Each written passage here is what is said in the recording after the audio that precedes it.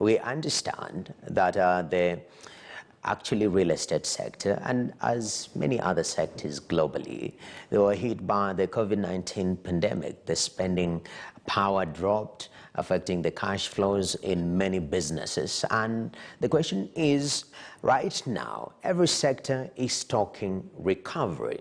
For the real estate sector, how is it impacted and what is the recovery strategy? Well, right now, I'm joined by Managing Director, Migaa Golf Estate, Dixon Wenjohi. Thank you very much, sir, for joining us. I mean, Migaa is a huge project. It was monumental in the local real estate scene for many reasons. How was pre-pandemic and how was it affected by the pandemic period? Thank you so much. I believe we understand that the COVID-19 pandemic has been a bag of fortune for many businesses, and this includes the real estate sector. What happened is you've noticed that some companies are still surviving and others have already closed down. So what happened during the pandemic, you'll notice that the spending power of most of the buyers, those who are willing to buy and those who had plans to buy in the real estate or to invest in the real estate, they had to rethink their decisions.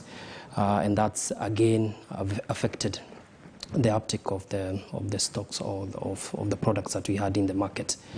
But I can say that in the last few months we've seen now, it's slowly picking up. Yeah. And now we're getting more inquiries in regards to the products that we have in the market. Yeah, and we'll dig into the recovery conversation. Yes. But I mean, when you talk about real estate and when we mention construction, yes, they're sort of parallel. Yes. They go hand in hand. Yes. And looking at the reports that we've been getting from Treasury, and looking at these sectors, the Kenya National Bureau of Statistics, noting that during the pandemic, actually the construction sector was booming. Does that mean that real estate players were still building, or where was this boom in the construction being noticed? What has happened is people have changed their mindset, and what is happening currently is people have noticed that with what was happening with the pandemic, you can be here today and tomorrow you're not there. So people are doing what they can right now to secure their families, and this has been brought about by the buildings that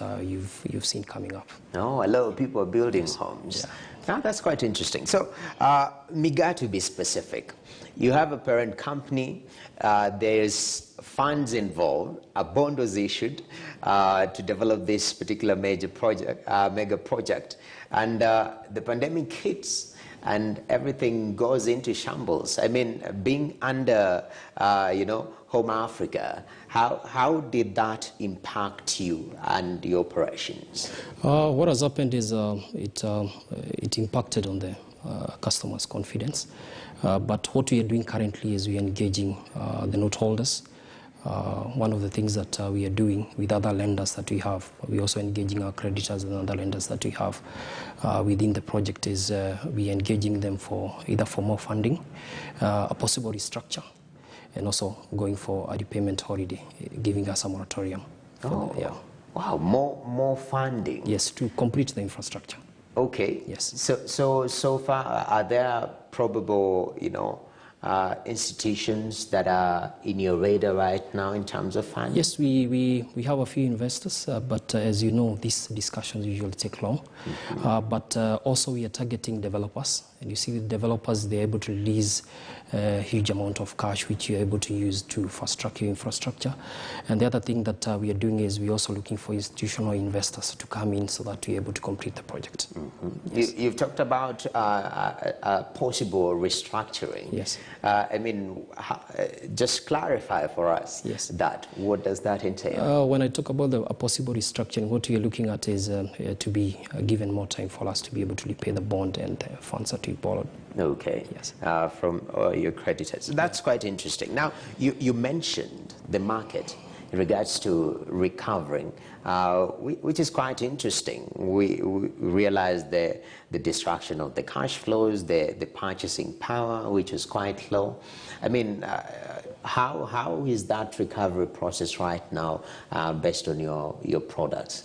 What we've done is we continue engaging with our buyers. We've given them prolonged payment periods, repayment period, because some of them are not able to afford cash payments. The other thing that we're doing with the same financial institutions that have given us money or whom we owe money, we're also engaging them for them to be providing financing for our buyers. All right. Yes. That's quite interesting. Initially, pre-COVID, that was not a plan? It was there. But you see that time people had a bigger spending power. They were able to repay their loans. But right now you see people are fearing even to go to the banks to borrow. But we are engaging them, and we also signed a few agreements with the financial institution and the banks for them to be given these loans, for them to be able to buy property and also build their homes. Yeah, and looking at this particular project, it's been at the center of some other discussions, of which one is a court case, but the overarching discussion, it touches on the issue of affordable housing. There is the issue of low-cost housing, which somehow needs clarification, especially in the scenario that you found yourself in. As a company, are you developing affordable housing, or are you developing low-cost housing? What happened is, the affordable housing, the matter that you've just mentioned, is a matter that we got a developer who was interested in an 18-acre piece of land within the project. This is how now we ended up in court. But what we are currently doing as Migaa, and also encouraging the developer, is we are engaging with our residents or the various stakeholders for us to be able to make sure that we are doing the right thing, and also to make sure that all the issues that are at least we are able to sort them out. Okay. Yes. And as an industry player, you defined very well earlier on, off air, regards to the difference between affordable and low cost. Yes. What's that difference? There is a slight difference between affordable housing and also the low cost housing. If you look at the affordable housing, it's what one of the four pillars of government. What they're currently doing is, for those houses, most of them are usually less than 5 million shillings or less than 6 million shillings.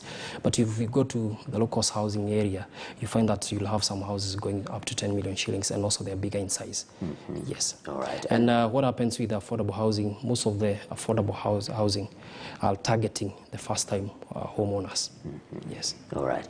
And as we wrap it up briefly, this capital injection that we are foreseeing into the project, when we mentioned Migaa, we always mentioned 4 billion. Yes. Yeah, quite a hefty figure out there. Yes. But how much injection of capital are you foreseeing into the near term?